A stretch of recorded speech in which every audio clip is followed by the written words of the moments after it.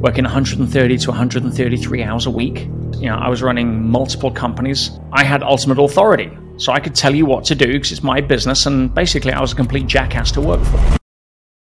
I was driving home from the office one night, 2 o'clock in the morning, and I hit an island 50 miles an hour or more. Boom, this car smashes over this island, so I could have gone off the edge and dropped 30 feet onto the dual carriageway. There was somebody killed, stabbed to death just before I got there. Blood on the floor was a daily occurrence. It's statistically the most violent prison in the UK. 7 years ago, I attended your MBS, and that was really the beginning of a much deeper journey. We are individuated units of consciousness that essentially pattern down from the larger consciousness whole. One of the things that you said was the strongest trees grow in the strongest winds, not the best soil. So you'd better pray for strong winds. Those winds got pretty strong for you. How did it feel when the gavel went down and you knew that you were headed to prison? I met Peter Sage 7 years ago, and his work was one of the things that took me from doing traditional self-help and turning it inwardly to realizing that just trying to achieve success and achievement wasn't giving me the feeling that I was hoping it would, and to really start doing the inner work. And it was from there that I kind of took my journey deeper and deeper to the kind of spiritual place that I find myself in now. So it was really special to have him on the podcast. Now, Pete himself has done so much throughout his own life, from being a serial entrepreneur, building massive businesses, losing it all, building it back again. He's done incredible feats such as the Marathon des Sables, which was 8 marathons in 8 days throughout the Sahara Desert with a double marathon on the 4th day. And he talks about doing the toughest row in the world this December, which is 2 months of 2 hours sleeping, 2 hours rowing, nonstop 24/7.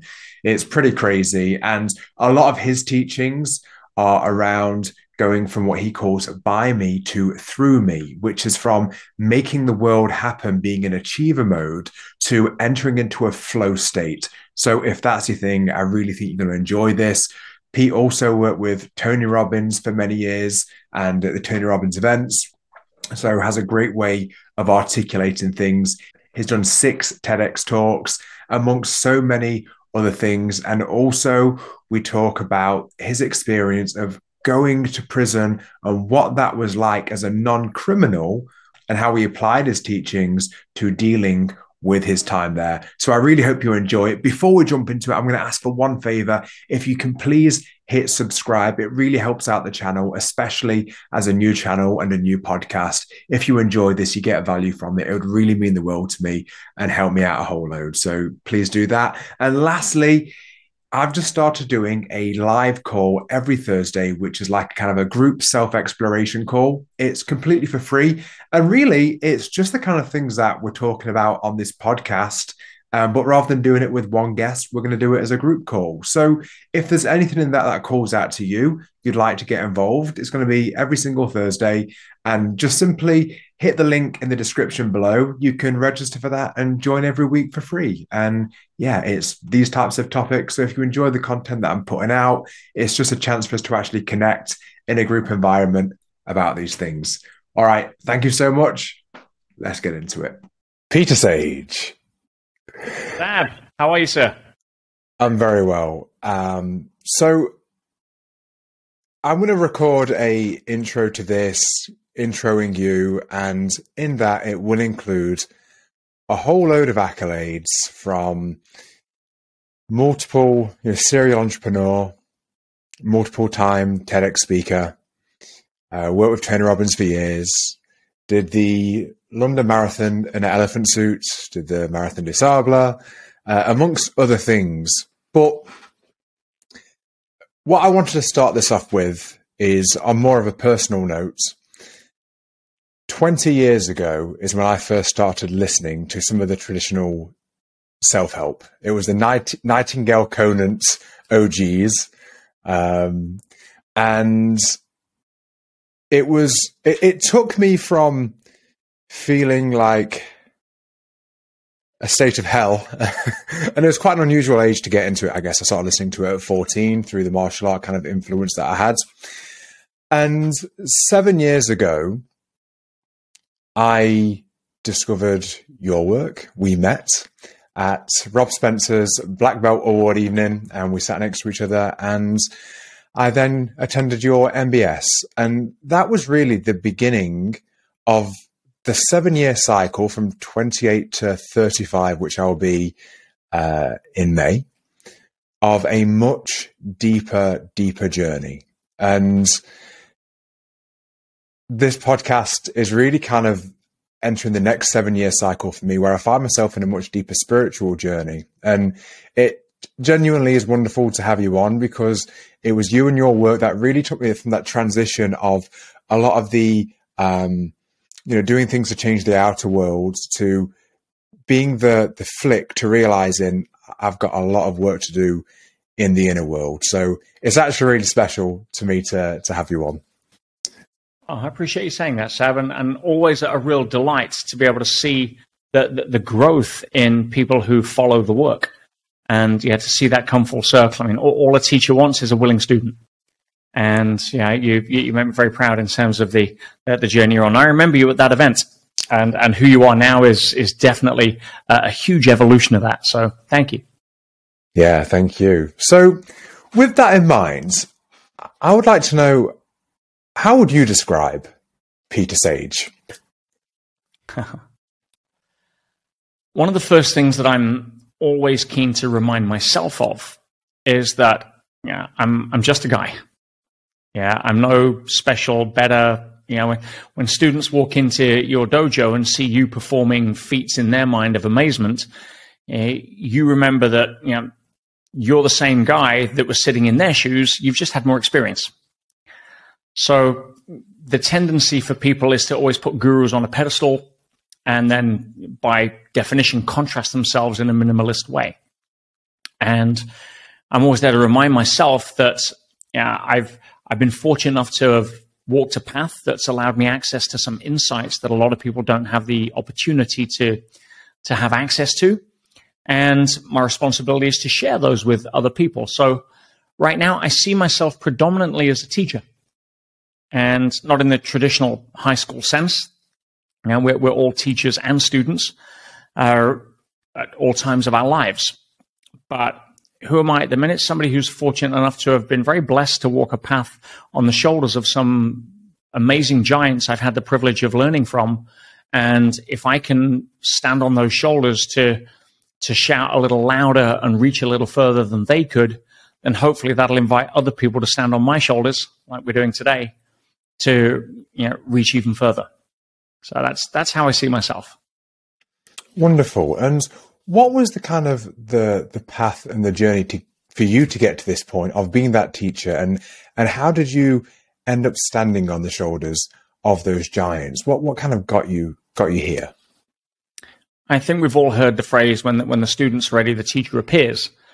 And I certainly had probably a lot of teachers that didn't appear because I wasn't ready, and some teachers that I, at the time, would probably think I didn't want to appear, but kind of force you into a level of growth.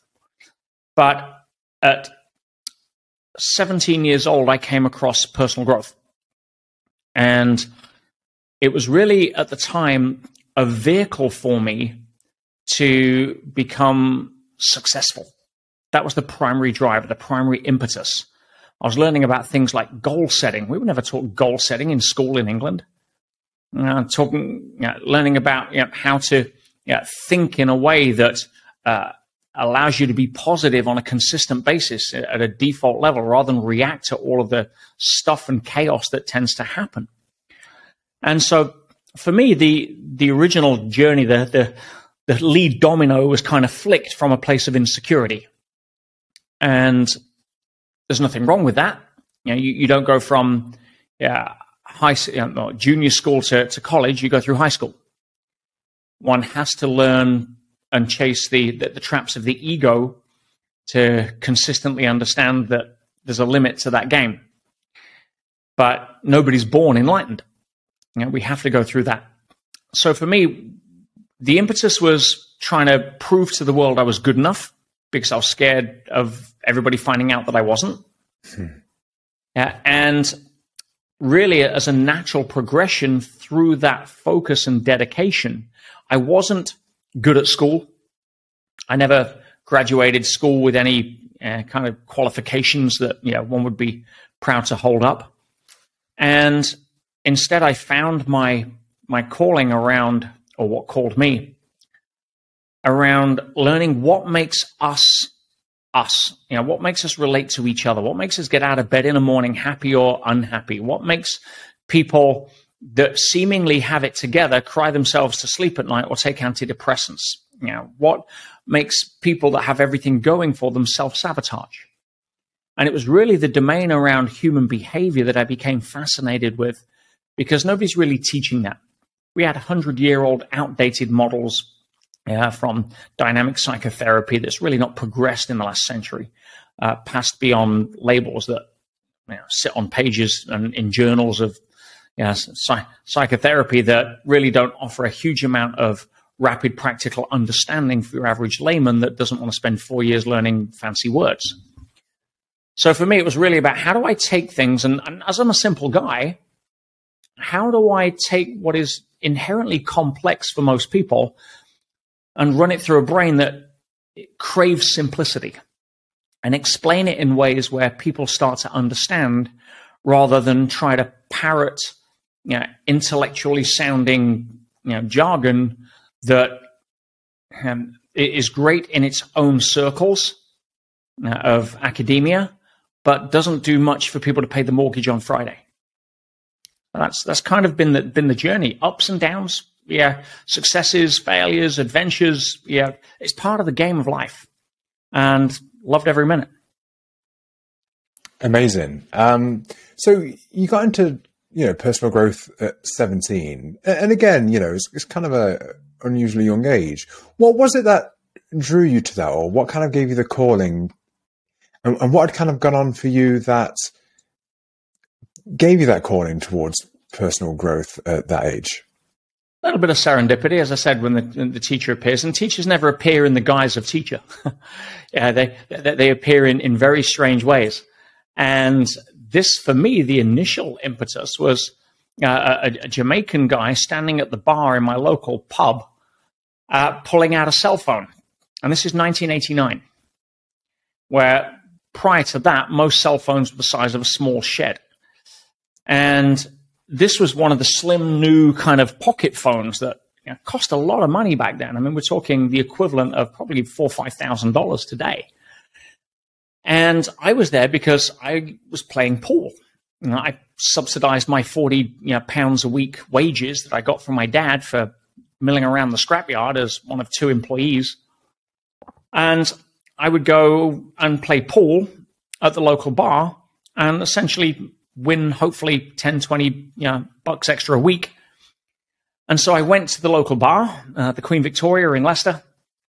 And it was interesting because I was actually driving to the center of town post office to post the tax discs back in those days for my dad to cash in on the tax from the cars that he'd bought to redeem the tax as they were being scrapped. And I remember having the conversation to myself. I had to drive home past the turnoff for the pub. And I said to myself, if the lights are on green, I'm just going to go straight and go home. If they're on red but filter left, I'll turn left and go to the Vic, Queen Vic. And they were on red with filter left, and I essentially thought that made my decision. And as I pulled up outside the pool room, you have a window to the street, and people saw me arrive in this beat up, Mini that cost less than $50. And because I was a pretty good player back then, I would usually win and stay on for most of the night. So to stop me getting on, a lot of people then start put their money on the table. So they saw me pull up, and there's about, everyone starts piling their money on the table to be next in the queue before I get there. So I walk in, there's about an hour's wait. No problem. I put my money on the table to join the back of the queue. And I go to the bar, and now I have a bit of a dilemma because my budget was 50 pence a night. Because back then, pool was 20 pence a game. Two 10p pieces. And the cheapest drink that you could buy at the bar was a soda and lime.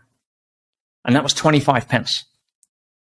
So I'd do one game of pool and I'd buy one drink, but that drink would have to last me the whole night unless I was winning money and wanted to spend some of my winnings. But I'd usually stay on for at least an hour or two on the table if I was good. So I bought my soda and lime. I've got an hour to wait. So I'm kind of just very slowly sipping this thing. And I look at this guy at the end of the bar. And he was quite old. He was like 22. Right? I'm 17.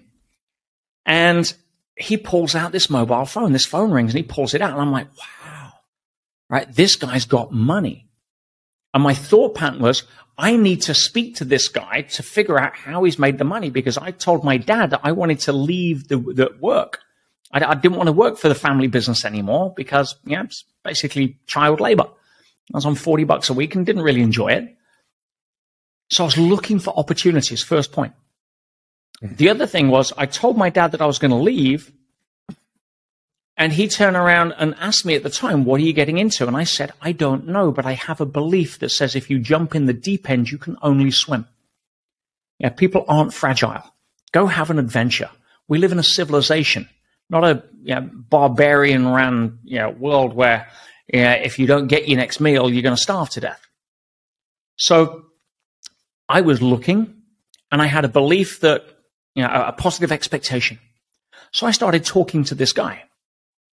And in fact, I think I started the conversation. Wow, that's a really nice phone.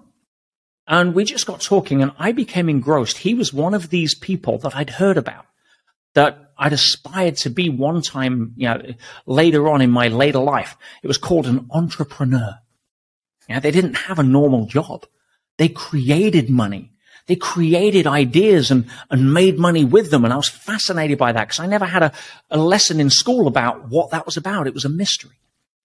So I hung on to every word this guy said. And he taught me in that first conversation, now 34 years ago, some very powerful insights that I remember to this day. One was about the law of conformity. And the way he shared that was he'd learned from a book called Ari, which was the biography of Onassis, at the time was the richest guy in the world, the Greek shipping magnate, who'd started selling matches in matchboxes on corners in London for like pennies to try to make his way. And he'd made enough money to either have a larger place in somewhere like Putney or a tiny little place in Kensington. And he chose to have the tiny place because he knew that just being around people in Kensington would have a bigger impact on his thinking and his career and his opportunities than a bigger place in Putney. And I always remember that. And after about an hour, I got a tap on the shoulder. And it was, somebody says, Peter, it's your turn on the pool table. And I said, I'm not interested. You take it. I was learning from this guy. I was fascinated by this guy. And he also recommended me in that conversation, The Richest Man in Babylon, which was a book that I read shortly afterwards that taught me everything I knew about money. But what was interesting, he says, you know something, young man, right? He said, you remind me of me, a while back. I mean, you can just imagine the scene, right? This black guy from Jamaica in a suit, in an English rough pub in Leicester, talking to somebody 5 years younger than him, and he had a very posh accent. His name was Del. Beautiful soul. But you remind me of me many years ago. And he said, I'm going to bring something tomorrow and leave it for you behind the bar. Be sure to come in and collect it. I'm fascinated. Part of me is hoping it's a gold bar, right? It wasn't. So I went back the next day, and the landlord, John, who actually sadly passed away last year, but he turned around and says, Oi, Seiji, says, somebody's left something for you here. I said, oh, great, what is it? And he hands me this shopping bag, plastic carrier bag, and inside was a 6-cassette audio tape from Nightingale Conant. And to this day, I can't actually remember what it was, but it was the recordings of a live seminar teaching success principles. And I remember going home, and I had one of those little pop-up tape recorders, and the little foam, wire headphones that you put on. And I started listening. And I remember the awareness hit me like a truck. I'm like, whoa, hang on a minute. there's an industry that teaches you how to be successful. Not teaches you how to do well at school so that you can be successful. Not teaches you how to get a good job so that you can make more money to be successful. No, it cuts out all the middlemen stuff. The stuff I wasn't any good at, the stuff I didn't have time for, the stuff that I didn't see any use for. Why am I learning algebra? Why am I learning the periodic table? What career path in my future do I see that me needing to know that the Latin derivative of the chemical symbol for lead is plumbum, right? It's not adding value to my life, right? So I saw here a massive shortcut. I'm like, wow, I can just learn to be successful. And all of the ridicule, largely unspoken but felt, from my friends at school that went on to do well, to go to college, to get better exams, to play the significance game through qualification, I saw them running down a path 90 miles an hour to nowhere, trying to get somewhere that I'd just been given the keys to. I'm like, wow. And that united my heart and mind in a way that created conviction in a methodology, which was learn personal growth, not academic growth. And that's how I started in that game. I was learning at 17 things like confidence, like communication skills, like speed reading, like how to set goals, how to think like a millionaire, how to visualize. I mean, stuff that, again, nowhere was that offered to me in school as an option, right? And I was getting results. I was seeing results day to day to day by applying what it is that I was learning. So every extra bit of money I made, what did I do? I bought another 6-tape cassette series. I bought another book. And while my friends were down the pub on Friday night, spending most of what they'd just spent Monday to Friday earning so that they'd be skint again by Tuesday, I was in my bedroom with my little foam headphones and a big notebook. And I was devouring information. I was thirsty for information. And I was contrasting styles, and I was learning names that now we've all heard of. Tony Robbins, this wonder boy at the time, had been called. All right, Zig Ziglar, Les Brown, Brian Tracy, people who are icons. The Vic Conant, Earl Nightingale, huge one, right, from The Greatest Secret. I felt like I was walking around life with a treasure chest open that nobody could see. And that really cemented my conviction to make this a part of my life. And would you say it was these, the teachings within, like self-help that kind of ignited the entrepreneur that already must have resided in you, but was it almost like the two things collided and that's what began your entrepreneurial journey?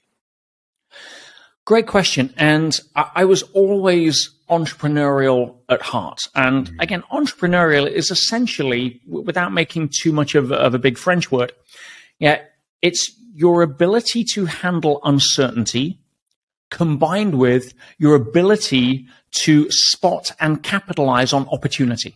Mm-hmm.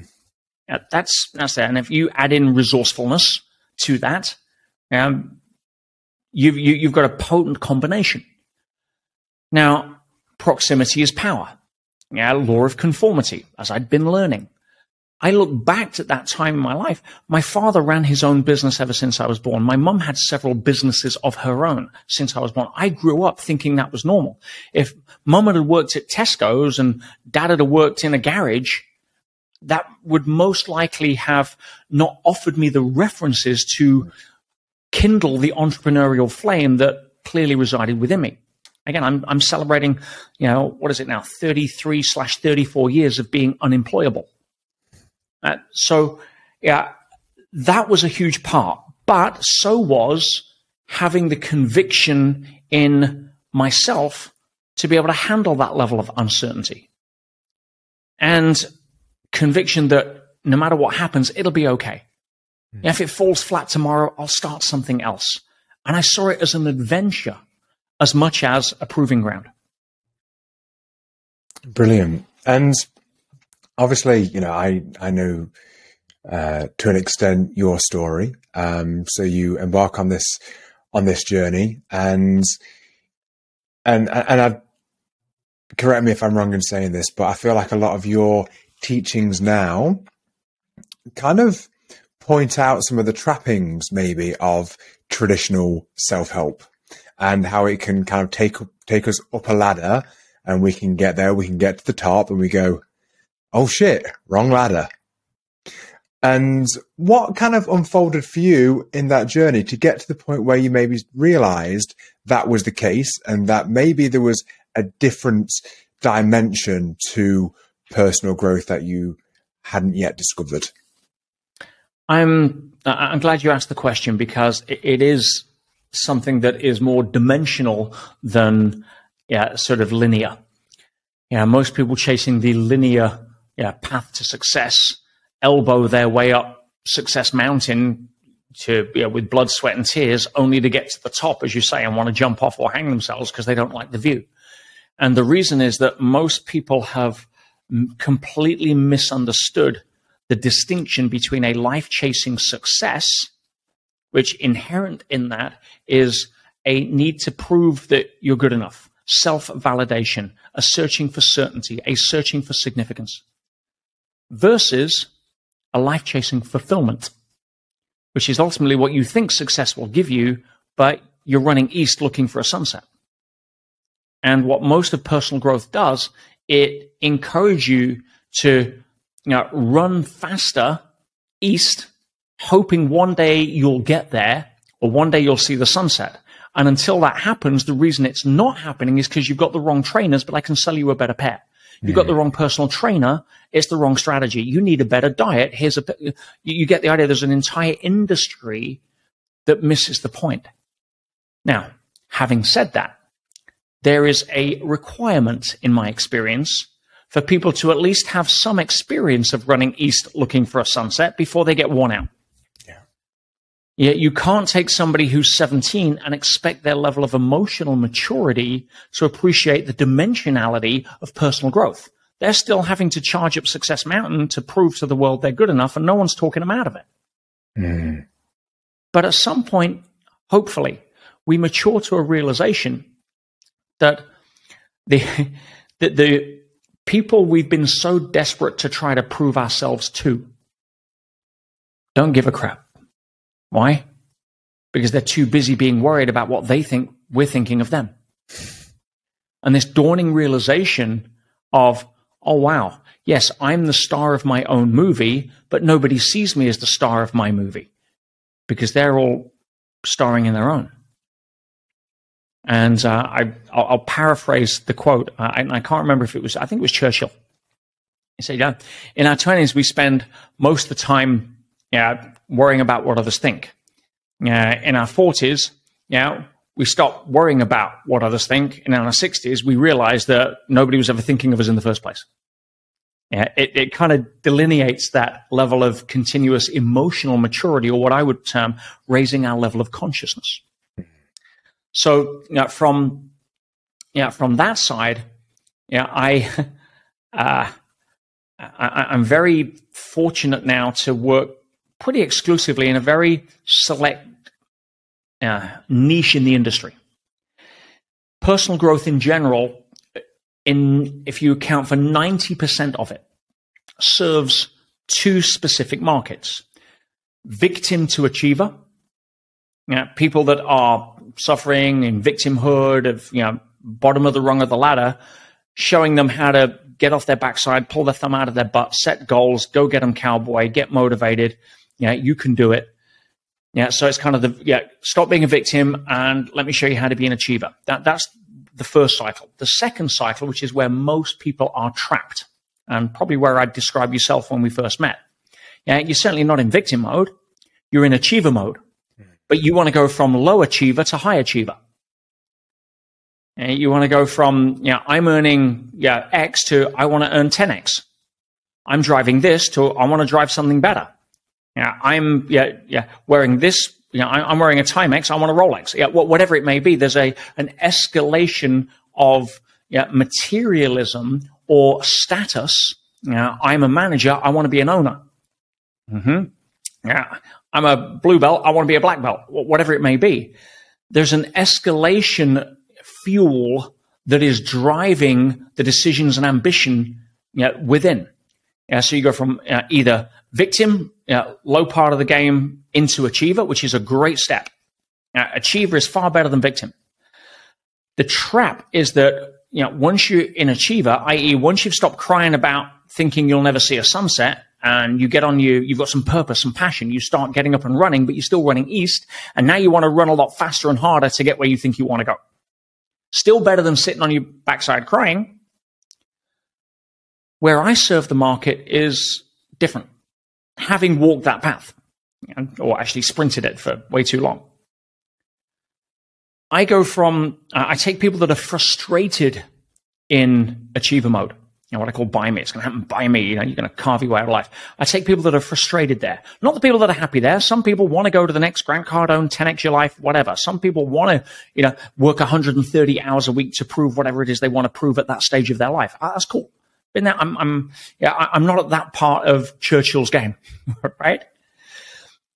The market that is underserved, and where most of my students come to me from, as demonstrated by your journey as well, Sab, is people that know that that game is inherently flawed. That, that you're playing the game of feel great when I get to the top of the mountain, when I get the next car, the Rolex, the girl, the body, the this, the that, the first million, then I'll feel good enough. Then I'll feel happy. Then, essentially, if you look at the subtext, then I will give myself permission to feel something I could actually feel right now if I wanted to. I'm just setting up the rules that says I'm not allowed to feel it until I go and complete whatever it is that's in front of me. So if you're frustrated in that because you've been chasing that sunset for way too long, my part of the market is I take people that are frustrated achievers into flow state, where we play the game of feel great now. Not Pollyanna, not like pretend crap doesn't happen. That's not the game. But developing a sense of inner strength, peace, equanimity that allows you to navigate the roller coasters and the high waves and everything else of life as you go and surf and play in the amusement park that we call the game of life. If you're scared of the roller coaster, you're going to have a really bad ride when you're forced to ride it. But some people pay good money to go on those roller coasters. Right? And yes, it can feel scary starting your own business. Yes, it can feel scary walking away from a marriage you should walk away from because your partner's narcissistic and you've not had the courage to do it. But if you've got an inner relationship to those scenarios that empowers you to take action more towards your truth, because you don't want to spend your life working for someone else. You don't want to spend your life in a loveless marriage being taken advantage of or physically abused or mentally abused. Then that elevates the game. And that's really where I've come to essentially create a beautiful body of 50, 60,000 students now that and millions of followers that appreciate the fact that there's more to life than sprinting east, hoping that one day you'll get there. Yeah, beautiful. I think to your point, it feels like a maturation process, which is necessary. It almost feels like we're kind of meant to go through that evolution of snake to the crane, where we are in very much to begin with. It's I, and it's separate self, and it's trying to inflate that sense of separate self as much as possible, until we start to realize that, okay, I keep inflating this sense of self, but I'm not feeling any better by doing it. In fact, I'm feeling worse because I'm doing more and I'm not feeling any better. And because I'm not feeling any better, I'm actually starting to feel worse about it. And I think we then almost have to get to a point, almost like a breaking point for some people. And you might be able to speak on this, but almost like a breaking point where it's like, okay, I've tried all of it, and even worse, I've achieved it, and I still don't feel how I want to feel.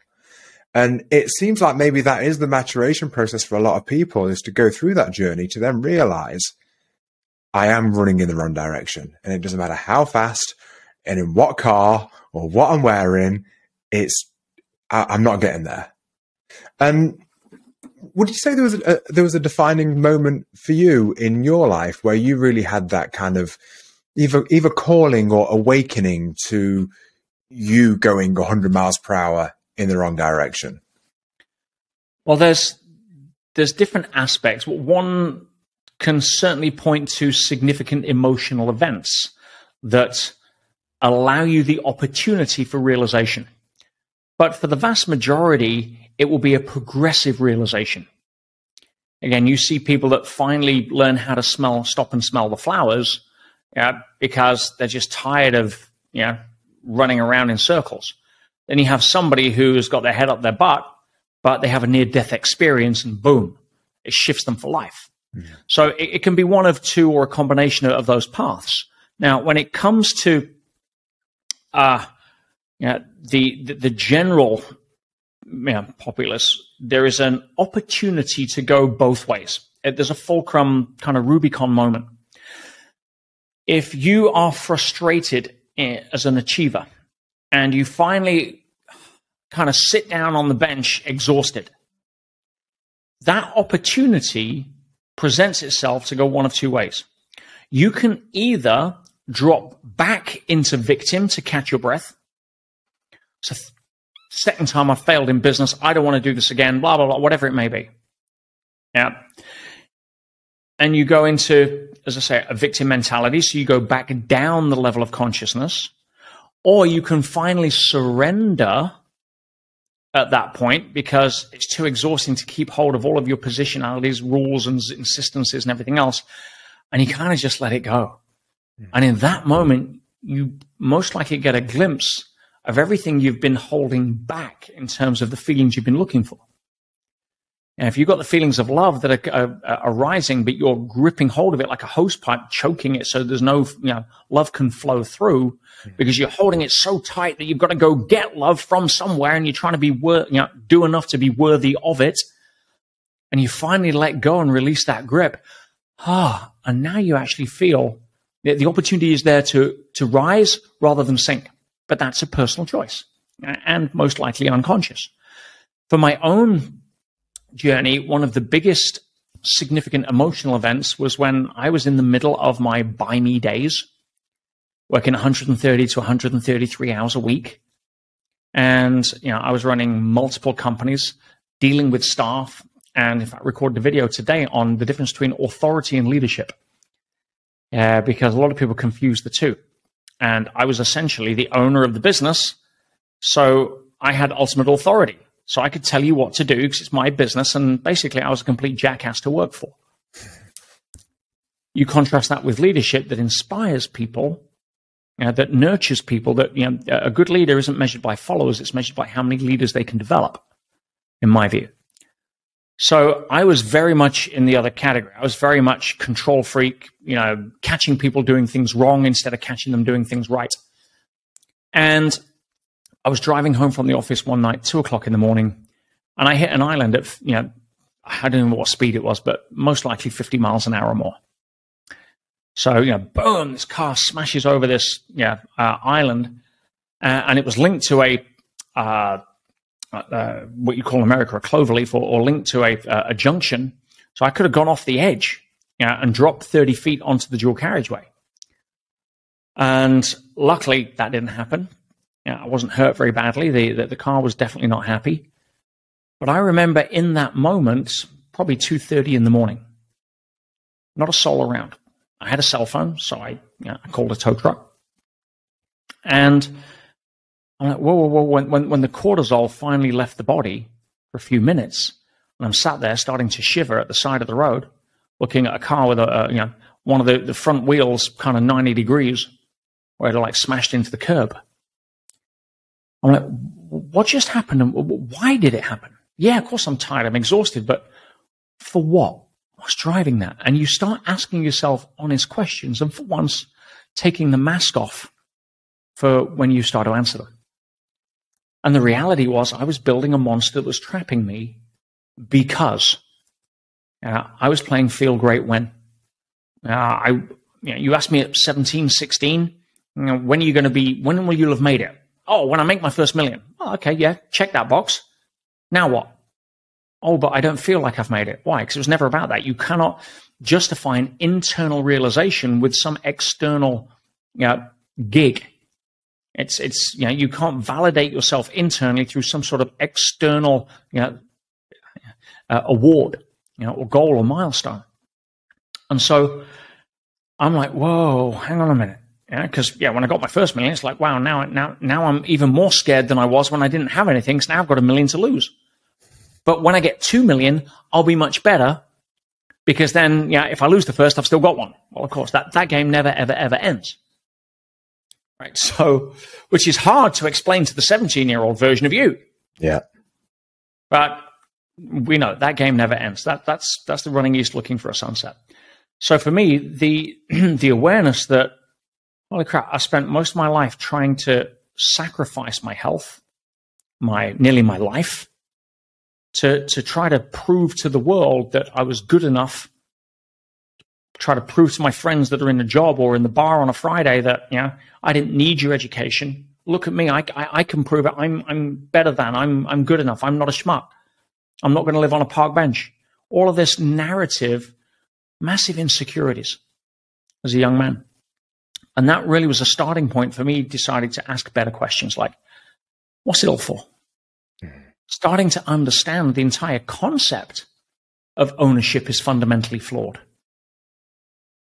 Well, what am I playing the game of here, really? Is it how many toys I can collect in the amusement park before it closes? But I'm not allowed to take any toys with me. If you're in the scene in the Fast and the Furious and you're driving some cool stuff, you don't get to keep the cars at the end of the movie. You don't own anything. It's a human construct. Oh no, I own my house. There's the deeds. Oh really? Taking it with you after your movie finishes? Because we all have a final scene. Then what? Oh, I had one of my business mentors. You may have met him, Errol.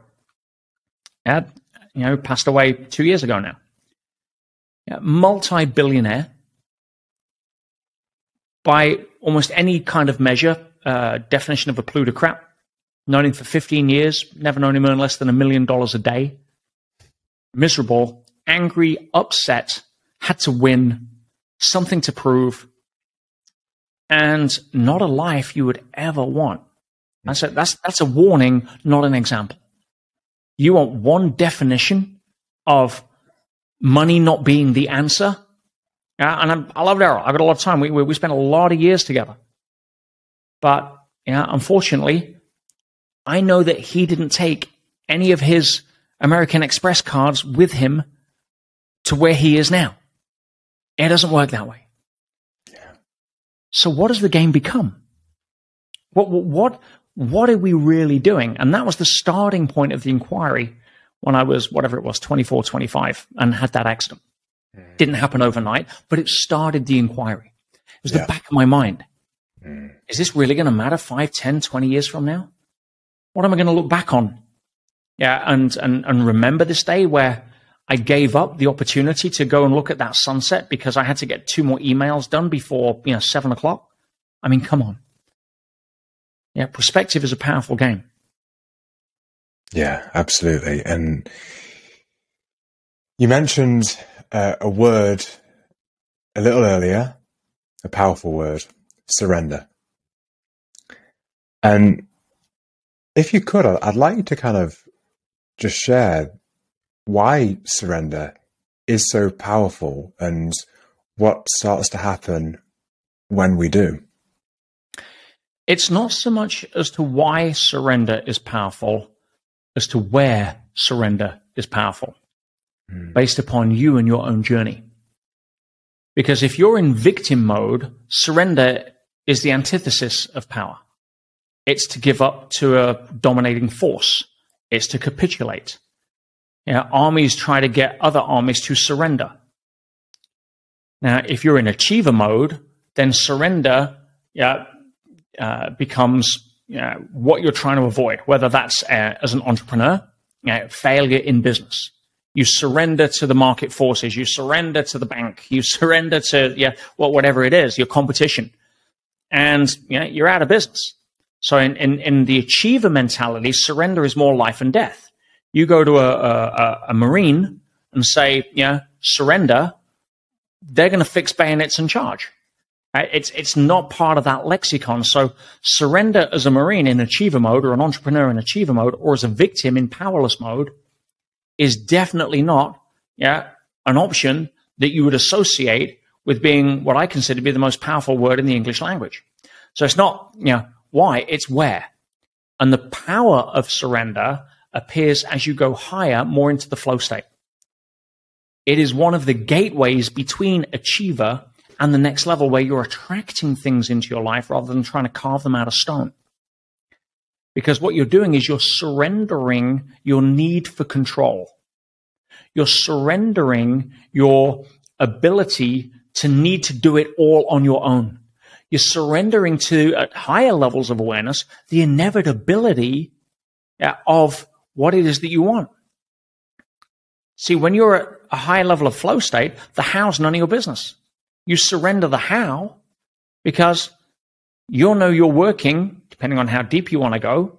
And this isn't woo-woo, right brain, sing to the divine. When you've been in some of my workshops where I express the quantum mechanics that we understand now in digital physics around how the perception of matter in the outer world, physical matter reality, is nothing more than a creation or projection of consciousness subject to influence on probability distribution mathematics. Now, it may sound about a mouthful for people listening, but the bottom line is to translate that is when you surrender your need to control, not surrender control, surrender your need to control, you start to dance with life.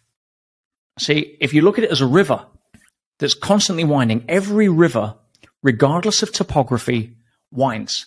It's the natural expression of how life operates, which is non-linear. There's no straight rivers. We call those canals. They're man-made. There's hardly any life in them compared to an actual river.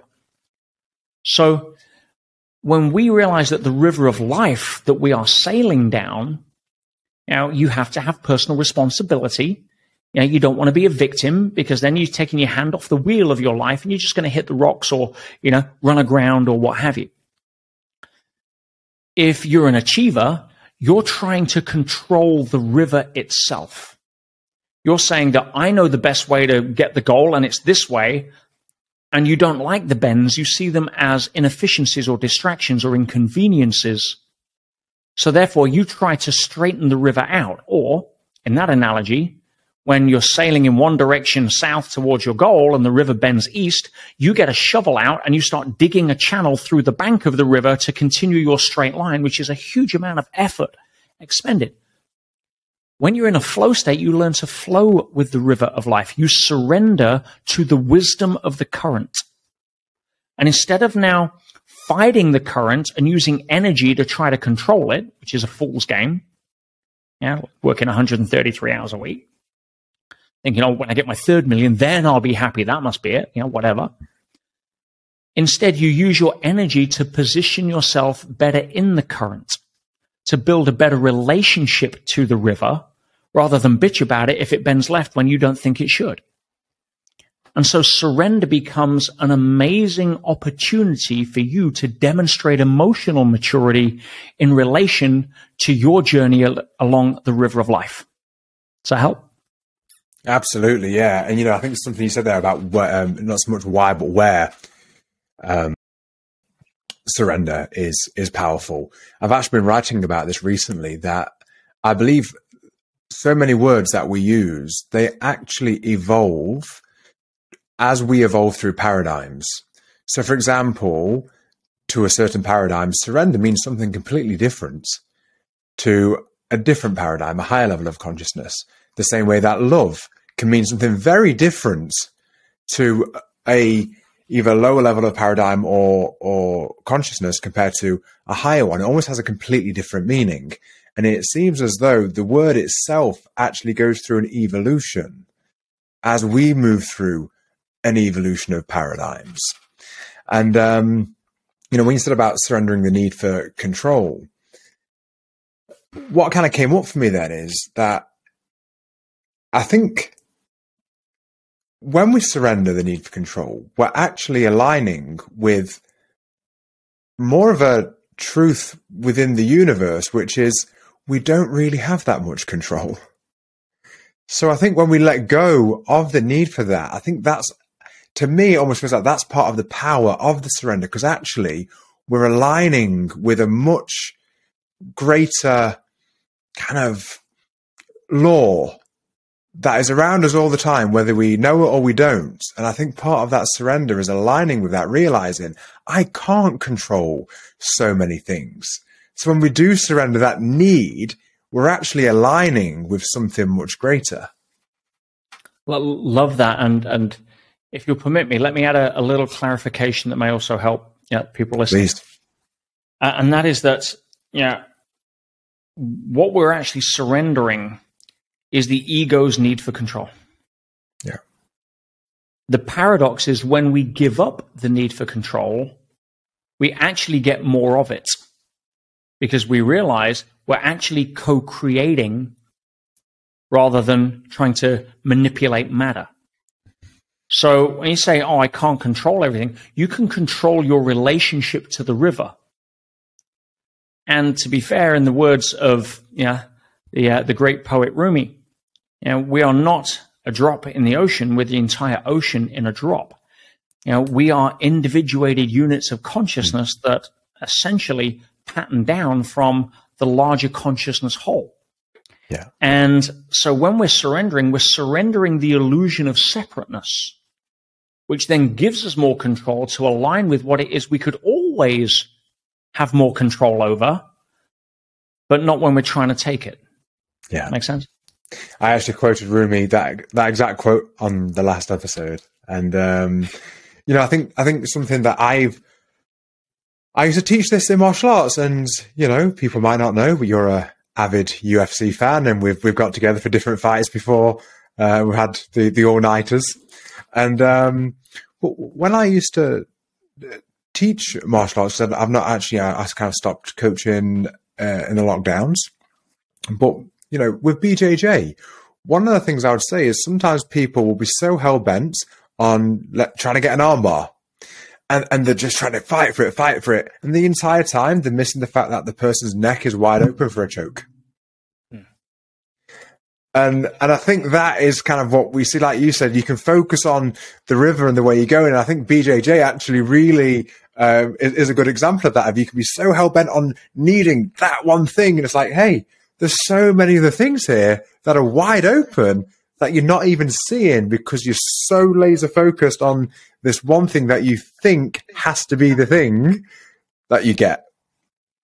And in that analogy, the universe is the coach screaming from the corner. Yeah. But we can't hear the coach if we're too focused on the outer world, which is the rolling on the mat.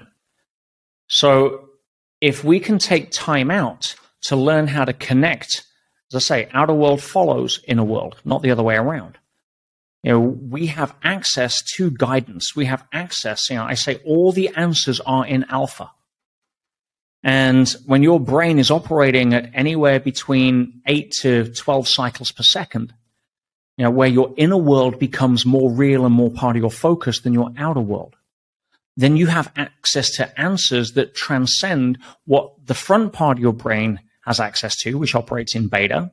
Anything above 12 hertz. For most people, high beta, which is 15, 16, where they live. Your operating system doesn't have access to the information that you can give you the answers. So you look at, for example, what we call memory, or short-term memory, or recollections of events. Your frontal lobe is amazing at being able to make a new house out of existing bricks. It can rationalize, it can justify, it can do logical equations and basically comparison frames and what have you, and it can weigh up. It can do its own SWOT analysis with the data on the spreadsheet. But true new information, insight that comes from beyond your ability to figure it out or piece together stuff on what you're doing or come up with your own internal ideas, all of the answers that most people seek can be found external to that repository, accessed in alpha. That is the coach screaming at you from the sidelines, saying, guess what? The neck's wide open. And when we're so focused on our own agenda or stressed because we're trying to force an outcome in the outer world, we cut off from all of the coaching that would really be showing us a more effective, efficient way that we can't see with our myopic lack of blind spots. What are some of the practices people can do to start to tap into these other frequencies? Well, one of the most powerful biofeedback tools to make it real is HeartMath. The HeartMath algorithm is so advanced now. It's been in play for over 20 years. There's millions of people every week that contribute to it through their the data. And HeartMath is essentially a biofeedback sensor that works on Android or iOS that runs a free app. The sensor's a couple $100, great investment, that gives you real-time feedback on whether you are in what we call coherence. And coherence is where your sympathetic, parasympathetic nervous system are no longer fighting each other, and your body is in a state of stasis. You're not aging. You're not revving the engine. You are repairing, but also you're having insight into information that is beyond your left brain, or your left brain's ability to access. And so HeartMath I've used for years, and I don't do it every day now. I probably do it once a week, once every 2 weeks, because I've built the muscle. If I need to drop into alpha, I can do it in a heartbeat. In a snap of a fingers. You see, when you're learning meditation, things like a quiet space, candles, incense, blindfold, background chanting from some yogi in India may be useful to set the scene to allow you to help shoehorn yourself into a new state, right? Rather than try to wedge the shoe into foot into a new pair of shoes. But once the shoes are worn, once you know how to get in and slip in and out of those shoes quite effortlessly, you don't need the shoehorn. So I don't need candles and incense. A good meditator should be able to do it in a playground or on a crowded bus, because you're able to transcend your sense data. Doesn't mean to say you don't hear the kids screaming in the playground. You just don't process that data as you would if you weren't. So with HeartMath, it's very good to build the muscle of training yourself to drop into alpha or even theta. Right? It's very good to build the habit of being able to go from stress to calm. But once you've built that muscle, you don't need the stabilizers on the bike. Now, I use it once every week or two because it's nice to not bullshit myself as to where I'm at. So I'll hold myself accountable to a decent HeartMath session. In fact, the last one I did was actually a couple of days ago. And I'll give people an insight into what that looks like. So this was a 15-minute session. Anything less than 15 minutes, kind of a waste of time. I usually go 15, 20, or 30. In fact, I don't know if I can see this on the camera, actually. See if that can... Yeah. Oh, there we go. So a 15-minute session done at, 6:12 a.m. It was on the end of my morning routine, which starts anywhere from 4:30 to 5. And level 4. Now, what you want to be looking at is average coherence. The average coherence is 5.7 there. That's the number you want to be looking at. And as I say to people, it's not really about falling off the horse. This is another thing about personal growth and achievers. You're going to fall off the horse. You should fall off the horse. If you're not falling on the horse, it's because you've shut it in the stables and you're too scared to ride. If you're not failing, you're not taking risks. If you're not falling off the edge once in a while, you're not walking close enough to it. Right? So you're going to fall off the horse, hopefully. The trick is not falling off the horse. That's an unexamined life that nobody wants to live. The trick is to not fall off as often, i.e. you're able to stay on at higher and higher jumps, not hit the ground as hard. Somebody leaves you in a relationship and you don't go to pieces now, right, and go on antidepressants and go on a bender for 3 months. But instead, you shake it off and 2-3 days later, you find you don't need a bottle of tequila to get there. And your ability to get back on the horse is shorter. That's kind of the name of the game. People have this driven need for trying to be perfect, which is complete unattainable bullshit. Perfection is the lowest standard because you can't attain it and you shouldn't attain it. Mm-hmm. I'm not saying you shouldn't strive to be your best, but just like trying to strive to be rich enough to be happy to have enough. It's never there. It's the wrong game. Right? Rothschild allegedly on his deathbed still trying to make money and someone says, how much is enough? Just a bit more. I don't want that life. Yeah. Okay. So if you are, if you're falling off the horse, how do you get back on? Like, take relationship or the perfection pattern. Let's call it what it is, because most people don't know the real name for perfectionism. There's no such thing as perfectionism. That doesn't actually exist.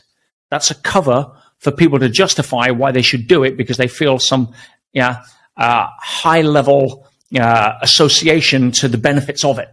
Because it's good to try to be perfect, right? No. Perfectionism doesn't exist.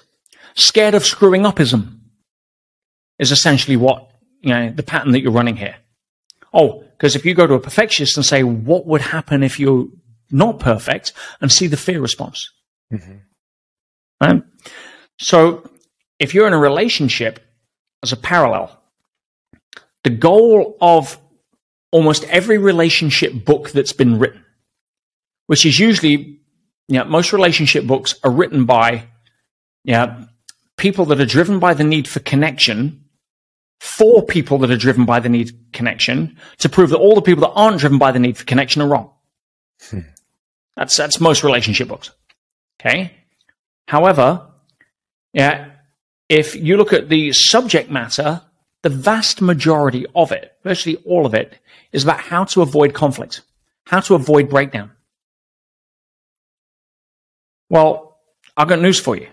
If that's your game, that's like bubble wrapping children today so that they don't get offended. I've got news for you. You're going to get offended. If you're trying to breed a generation of kids in the I'm easily offended, so therefore let's create laws saying you can't call me names or do whatever, then you're just going to breed an entire generation of pansies that have no backbone. Far better to be able to create a psychology of it's impossible to offend me. Same with relationships. Rather than try to control the outer world so that somebody else, my partner, for example, no longer, I'm trying to avoid upsetting them. Now, as an intention, that's obviously commendable. I'm not saying it isn't. But if you're trying to create your relationship on the basis of avoiding breakdown, you're going to be screwed when breakdown happens. And the chance of a breakdown never happening in a relationship means that you haven't got a relationship. You might have a roommate, but you haven't got a relationship. So rather than focus a master skill of avoiding breakdown, why not make your master skill on repairing breakdown? That's far more valuable. Rather than focus on, as an entrepreneur, avoiding failure, why not focus the master skill on being able to bounce back from failure? That's far more of a skill. Rather than set up the health example on trying to avoid temptation. All right, so no, I can't walk past the donut shop. I'm going to alter my route to work. Why not focus on being able to transcend temptation? Same game. So we see so much made of people trying to live small lives. If I got the benefit of choosing the last words or the last lines in my movie before my final scene, I'd want, wow, now that is a movie I would pay to watch again. And what's part of that? Everything. In my movie, I'm in the love, abundance, adventure movie. That's the movie I want to star in. Other people, some sort of soap opera, drama, freaking horror show.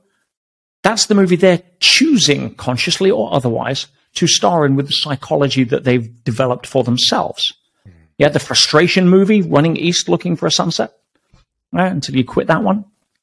But for me, a love, abundance, adventure movie contains everything. It contains the fact that there's going to be downtimes. There's going to be failures. There's going to be heartbreak. There's going to be disappointment. There's going to be unmet expectations. Part of the damn game. Stop trying to run through life with a vibrating telescope trying to avoid all of that stuff rather than see who can rise in the face of it. Because I think that's what this world needs more than anything else. I completely agree. It seems though a lot of people add a second layer of negativity when they think something is happening, and then when they think it shouldn't be happening. So there's the event, and then there's how I feel about the event that it shouldn't be happening. And like you just said, there's going to be ups, downs, failures. There's going to be everything, because within the law of gender, the yin and yang, there has to be everything. There has to be expansion and contraction. The tide goes in, it goes out. All of it has to happen. And I think sometimes we almost have to realize, in order to show up here to play the game, all of it is possible. It's all possible. And the other option is we're not here. So if we're here, we have to accept in advance. And the analogy you gave of this that stuck out, was the chessboard. There's white and black squares.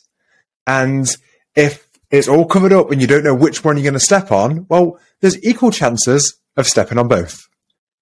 And if we know that in advance, rather than thinking it shouldn't be happening, we know it's part of the game.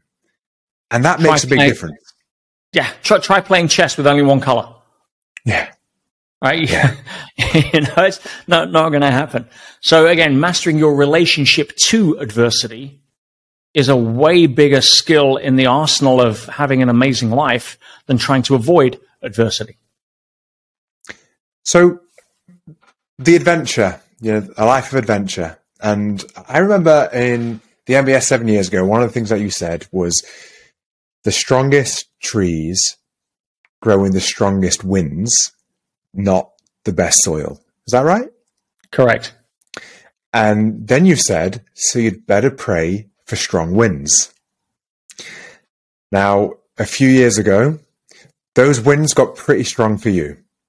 And I would like to talk about, because it was impressive how you dealt with this adversity. And I'd like to bring it up. How did it feel when the gavel went down and you knew that you were heading to prison? It was definitely unexpected. And again, just to clarify there, as a non-criminal, never been arrested, never been accused of a crime. This was a civil litigation matter in business, arguing a multi-million-dollar business deal with a multi-billion-dollar company that had a multi-million-dollar law firm to try to prove their point. And I didn't see it coming. I really thought that, this would get laughed out of court in a few minutes. And I wasn't prepared for what was essentially a contempt of court allegation that would actually hold up. And I learned a lot about how the court system worked. But again, you either believe in what you teach or you don't. And theory doesn't cover the price of admission to the higher levels of greatness. You are going to be tested. If you're a health coach, expect a health problem so you can demonstrate what you teach. You're a relationship coach, expect a relationship problem so you can validate the fact that you're not coming from theory. Nobody wants to hire a fat personal trainer. Nobody wants to take a relationship advice from somebody who's on their fourth divorce it is a shambles. So when I went inside for contempt of court as the only civil prisoner in an entire criminal jail, very violent criminal jail, I had to see it as an adventure. In fact, the first letter I wrote, which I'm sure you remember reading because I sent to all my students, was, don't worry about me. I'm simply on location for 6 months filming the prison scene of my movie. And I turned that into an opportunity for me, forget anyone else, to apply what it is that I teach. It's what I call a graduation event.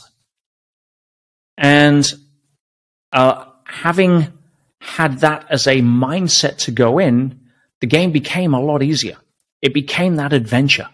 It became that unknown. I never felt, and in the face of, real danger, there was somebody killed, stabbed to death, just before I got there. Blood on the floor was a daily occurrence. It's statistically the most violent prison in the UK, and I shouldn't have been kept there, but I was held there for over 4.5 months due to processing and admin, issues. But in that time, I just focused on, how do I help people? If I'm being sent here to try to bring a light to people that would never normally see my work, what an amazing opportunity.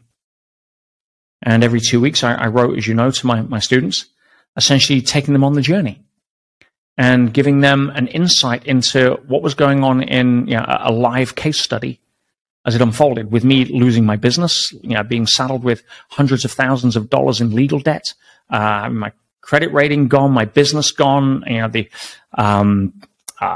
plaintiff looking to take on my house. I mean, I had nothing, no ability to affect anything apart from my own inner world and my immediate surroundings, which, again, was pretty tough. I'm allowed out the cell for 45 minutes a day. How do you create a movement in that time? How do you stop people committing suicide? How do you get people off drugs? How do you leave a lasting impression that to this day is affecting tens of thousands of prisoners all over the world in multiple languages, all over the prisons? So that was a great opportunity that I was grateful for, to demonstrate and actually find out, do you got what it takes?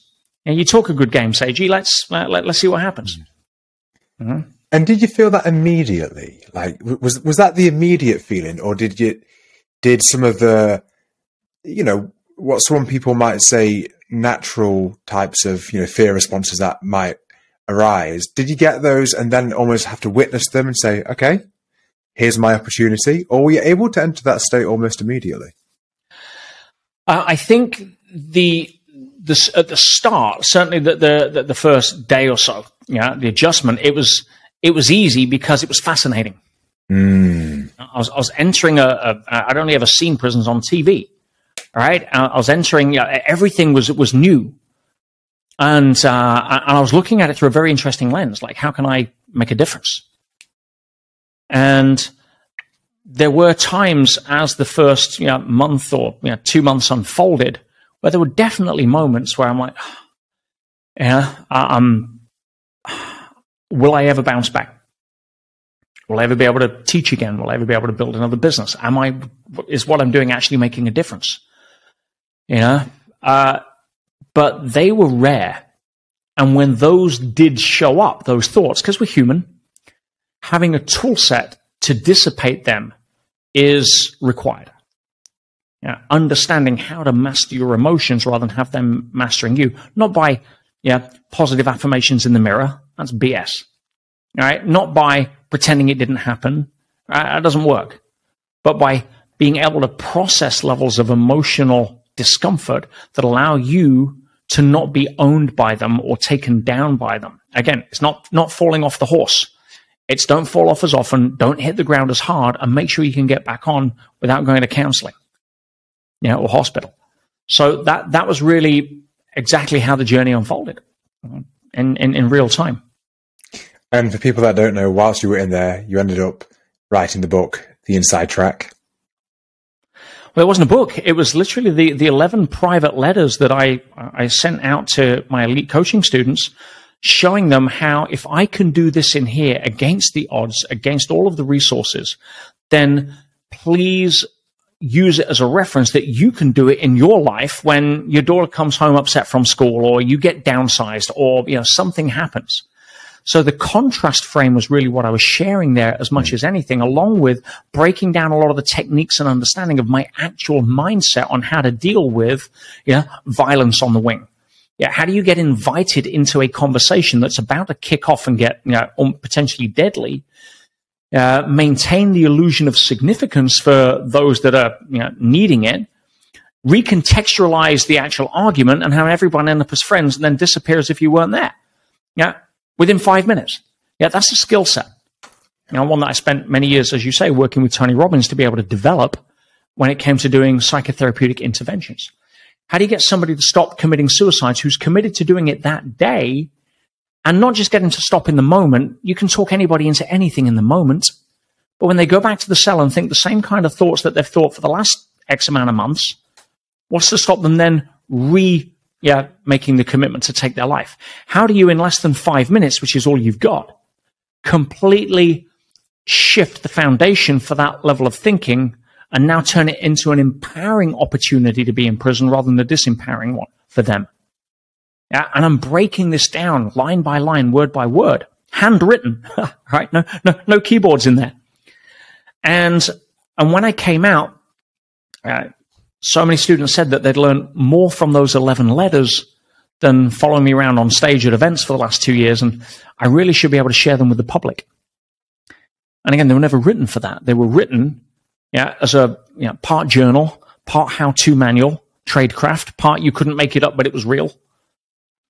And so when we published just the unedited letters, and the response was amazing. I mean, it's a very unique collection of writing because it's not one of these books that was written afterwards as a memoir or biography. It's unfolding in real time as you read it. So yeah, it's now changed the lives of tens of thousands of people. It's won multiple awards, virtually every decent name in personal development, even some of the ones I mentioned earlier, like your Brian Tracy's of the world. Yeah, have given huge acclaim for it. And the funniest comment I heard actually when people started reading the book was, and I forget who it was, I think it might have been from John Asraf, out of The Secret. It says, people will start having to go to prison in this industry just to be able to keep their competitive advantage. Because essentially it proves you can walk your talk. And that's really what I was trying to do, not to anyone else, to myself. I teach self-mastery, as you know. And next year, I'm rowing the world's toughest row from La Gomera in the Canary Islands across the Atlantic Ocean to Antigua, following the route that Columbus took on December 12th next year. That's 3,000 miles. That's rowing for 2 hours, sleeping for 2 hours while my buddy rows. There's two of us. 40 boats in the race. And 2 hours on, 2 hours off, 24/7 for 2+ months. And why am I doing that? I certainly got nothing else to prove. Right? It's essentially just to check in with myself. I teach self-mastery because it's not about the physical side. You can train the body to do amazing things physically. You never ran a marathon, you can train for a marathon. Tens of thousands of people do it every year. Or an Ironman. Or an ultra, whatever. You can train your body. Your body is pre-programmed to adapt to that level of training. But the mindset, say it's 2 o'clock in the morning. I'm 1,500 miles out to sea in a 20-foot wooden boat, right? Where there's enough cabin for one person. I can't even straighten my legs. And I've not been able to sleep for the last 2 hours stag because the swell's up at 6 feet waves. I feel seasick. I'm cold. I'm hungry. I've got blisters on my knuckles, on my hands from the row. The salt spray's getting in there. And the alarm goes off, and I've got to row for the next 2 hours in the dark, up and down the waves. That's the moment that you need to dig. That's the moment where self-mastery doesn't become theory. Am I able to do that at what would be 52 years old? Well, one way to find out. Let's go play. Let's go push the envelope. Let's go stand close to the edge. And if I fall off, great, I'll learn from it.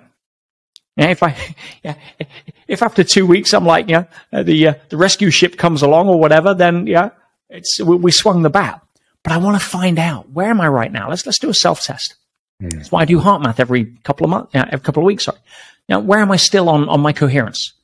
Otherwise, it's very easy to talk yourself into justifying that you're further along than you actually are. Ego crops up again. So that's kind of where I'm at. And it's same as the prison.